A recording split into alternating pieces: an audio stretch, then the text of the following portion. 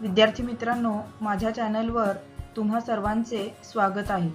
आज आपण पाहणार आहोत इयत्ता 10वी विषय विज्ञान आणि तंत्रज्ञान सेतू अभ्यासक्रम। मुलांनो, मागील इयत्तेतील महत्त्वाच्या संकल्पनांवर या वर्षीचा पाठ्यक्रम आधारित आहे। अशाच संकल्पनांचा समावेश या सेतू अभ्यासक्रमात करण्यात आला आहे। आता सेतू अभ्यासक्रमाचा कालावधी 45 दिवस निश्चित करण्यात आला आहे आणि त्यामध्ये 3 चाचण्यांचा समावेश आहे। सेतू अभ्यासक्रमातील प्रत्येक कृतीपत्रिका महत्त्वाच्या संकल्पना स्पष्ट करण्याच्या हेतूने तयार केली आहे। या सेतू अभ्यासक्रमामध्ये काही महत्त्वाच्या सूचना आपल्याला दिलेल्या आहेत। त्या कोणत्या आहेत त्या आपण आता पाहूयात। पहा, पहिली आहे मागील इयत्तेतील महत्त्वाच्या संकल्पनांवर या वर्षीचा पाठ्यक्रम आधारित आहे। अशाच संकल्पनांचा समावेश या सेतू अभ्यासक्रमावर करण्यात आला आहे। सेतू अभ्यासक्रमाचा कालावधी 45 दिवस निश्चित करण्यात आला आहे। त्यात 3 चाचण्यांचा समावेश आहे। या चाचण्या सेतू अभ्यासक्रमातील कृतीपत्रिकावर आधारित आहेत। सेतू अभ्यासक्रमातील प्रत्येक कृतीपत्रिका महत्त्वाच्या संकल्पना स्पष्ट करण्याच्या हेतूने तयार केली आहे। शिक्षकांच्या मार्गदर्शनाने कृतीपत्रिका सोडवाव्यात। अभ्यासात सातत्य राहण्यासाठी पालक व विद्यार्थी यांनी शिक्षकांच्या संपर्कात राहावे।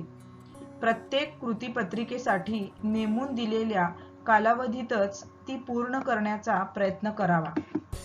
आणि सर्वात महत्त्वाची सूचना इथे दिलेली आहे मुलांनो, कृतीपत्रिकेतील प्रश्नांची उत्तरे एका स्वतंत्र वहीमध्ये सोडवून ती वही अंतर्गत मूल्यमापनासाठी जपून ठेवावी। छोट्या कृती तसेच प्रयोगांची मांडणी करण्यात आली आहे, त्या विद्यार्थ्यांनी पालक किंवा शिक्षकांच्या उपस्थितीत कराव्यात। या सर्व महत्त्वाच्या सूचना आपण सेतू अभ्यासक्रम करताना लक्षात घ्यायची आहेत। सर्वात महत्त्वाची कोणती असेल सूचना तर ही तुमच्या लक्षात आलेली असेल। कृतीपत्रिकेतील प्रश्नांची उत्तरे एका स्वतंत्र वहीमध्ये सोडवून ती वही अंतर्गत मूल्यमापनासाठी आपल्याला जपून ठेवायची आहे, जेणेकरून तुम्हाला याच्यावरती मार्क मिळतील। यानंतर कृतीपत्रिकेतील घटकांची नावे कोणती कोणती आहेत ती आपण पाहूयात।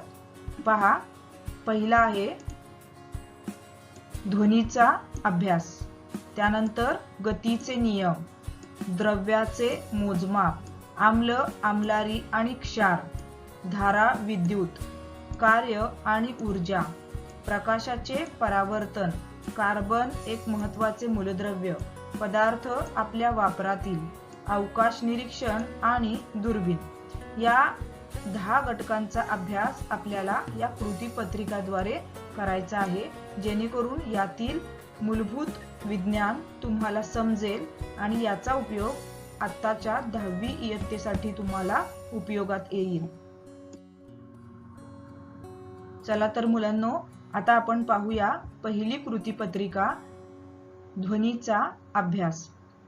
पहा मुलांनो, यामध्ये आपल्याला काय बघायचं आहे समजून घेऊया। यामध्ये काय काय शिकायचं आहे पहा।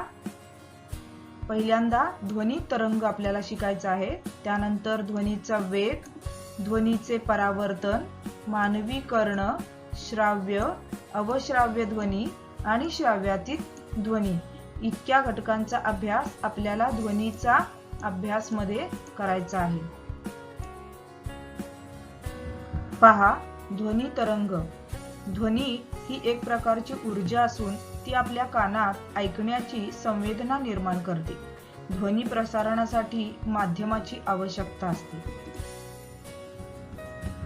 ध्वनी तरंगामध्ये किंवा ध्वनी एका ठिकाणाहून दुसऱ्या ठिकाणी स्थलांतरित होण्यासाठी किंवा जाण्यासाठी त्या ध्वनीला माध्यमाची आवश्यकता असते।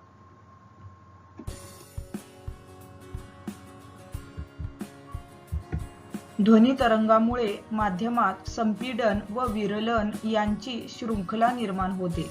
पहा मुलांनो, या व्हिडिओमध्ये तुम्हाला दिसत असेल की ध्वनी तरंगामुळे माध्यमाची माध्यमामध्ये संपीडन आणि विरलन म्हणजेच एक वरच्या बाजूला तरंग निर्माण झालेला तुम्हाला दिसतोय आणि त्याचबरोबर एक खालच्या बाजूला तरंग निर्माण झालेला दिसतोय, त्यालाच आपण संपीडन आणि विरलन असे म्हणणार आहोत. आता आपण पाहूया अनुतरंग. माध्यमाच्या कणांचे दोलन आपल्या मध्यस्थितीच्या आजूबाजूस तरंग प्रसारणाच्या समांतर दिशेने होते अशा तरंगांना अनुतरंग असे म्हणतात. आता ध्वनीचा वेग. ध्वनीचा वेग बरोबर वारंवारता गुणिले तरंग लांबी. तरंगावरील संपीडन किंवा विरलनासारख्या एखाद्या बिंदूने एकक कालावधीत कापलेले अंतर म्हणजे ध्वनीचा वेग होय.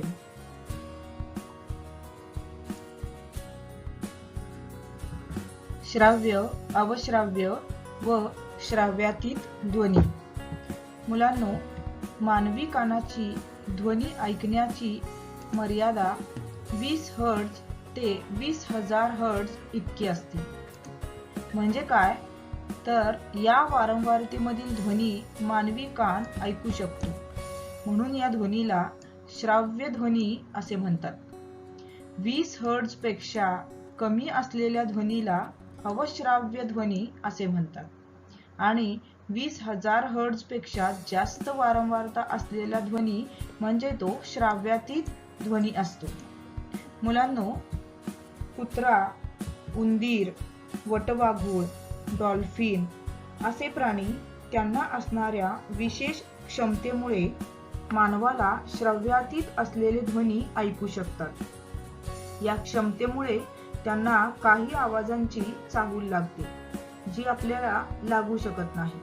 5 वर्षाखालील लहान मुले, काही प्राणी व कीटक सुद्धा 25,000 हर्ट्झ पर्यंतचा ध्वनी ऐकू शकतात आणि डॉल्फिन्स, वटवाघुळे, उंदीर अशा सारखे प्राणी श्राव्यातीत ध्वनी निर्माण सुद्धा करू शकतात. ध्वनीचे परावर्तन. प्रतिध्वनी. प्रतिध्वनी म्हणजे मूळ ध्वनीची कोणत्याही पृष्ठभागावरून होणाऱ्या परावर्तनामुळे झालेली पुनरावृत्ती होय. आता दिलेल्या आकृतीमध्ये पहा. कार्डबोर्ड घेऊन त्यापासून पुरेशा लांबीच्या 2 सारख्या नळ्या तयार करा आणि टेबलावर भिंतीजवळ या आकृतीत दाखवल्याप्रमाणे ठेवा. एका नळीच्या उघड्या टोकाशी एक घड्याळ ठेवा आणि दुसऱ्या नळीच्या बाजूने ध्वनी ऐकण्याचा प्रयत्न करा. 2 नळ्यांमधील कोन असा घ्या की घड्याळाचा आवाज आपल्याला स्पष्टपणे ऐकू येईल. आता आपाती कोन म्हणजे हा θ1 व परावर्तन कोन θ2 मोजा आणि त्या कोनामधील संबंध शोधा. आपल्याला काय जाणवेल की θ1 आणि θ2 हे दोन्ही समानच कोन असतील. म्हणजे काय तर ध्वनीच्या परावर्तनासाठी एखाद्या खडबडीत किंवा चकचकीत पृष्ठभागाच्या अडथळ्याची आवश्यकता असते. ध्वनी ज्या दिशेने जातो व परावर्तित होतो त्या दिशा परावर्तक पृष्ठभागाच्या स्तंभिकेशी सारखेच कोन करतात आणि ते एकाच प्रतलात असतात. तर पहा, सतत किंवा बऱ्याचदा होणाऱ्या परावर्तनामुळे प्रतिध्वनी अनेक वेळा ऐकू येऊ शकतात. याचे उत्तम उदाहरण म्हणजे कर्नाटकातील विजयपूर येथील गोल घुमट. यानंतरचा भाग आहे ध्वनीचे परावर्तन. निनाद.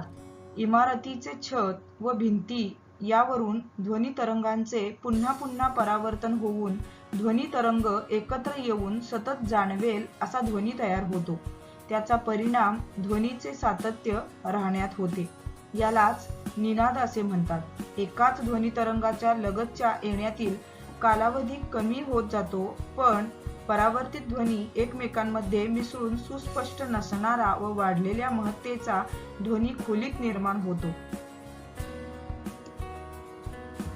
यानंतरचा भाग आपण पाहणार आहोत सोनार, साऊंड नेव्हिगेशन अँड रेंजिंग. याचे लघुरूप म्हणजे सोनार.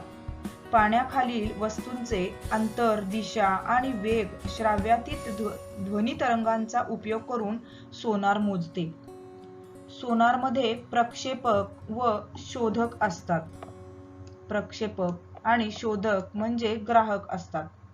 ते जहाजावर किंवा बोटीवर बसवले जातात या दोन ठिकाणी. आता प्रक्षेपक श्राव्यातीत ध्वनी तरंग निर्माण करून प्रसारित करतो. हे तरंग पाण्यामधून प्रवास करतात आणि समुद्र तळाशी असणाऱ्या वस्तूंवर आदळून हे तरंग परावर्तित होतात.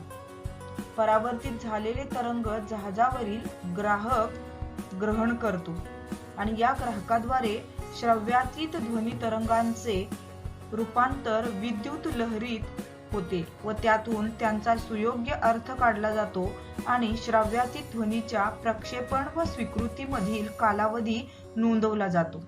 ध्वनीचा पाण्यातील वेग जाणून व वरील कालावधी विचारात घेऊन ज्या वस्तूपासून ध्वनी तरंगांचे परावर्तन होते त्यांचे अंतर काढता येते. या सोनार पद्धतीचा उपयोग करून समुद्राची खोली काढता येते. त्याचबरोबर पाण्याखालच्या टेकड्या किंवा दऱ्या, त्याचबरोबर पाणबुड्या, हिमनग, बुडालेली जहाजे इत्यादी शोधण्यासाठी या सर्वांचा उपयोग होतो. मुलांनो, यानंतर आपण पाहणार आहोत मानवी कर्ण. कान हे मानवाचे महत्त्वाचे इंद्रिय आहे. कानाने आपण ध्वनी ऐकतो. ध्वनी तरंग कानावर पडल्याने कानातील पडदा कंपित होतो व त्या कंपनांचे विद्युत लहरीत रूपांतर होते. त्या श्रवणविषयक मज्जातंतूंद्वारे मेंदूंकडे प्रवास करतात. कर्णाचे 3 भाग आहेत.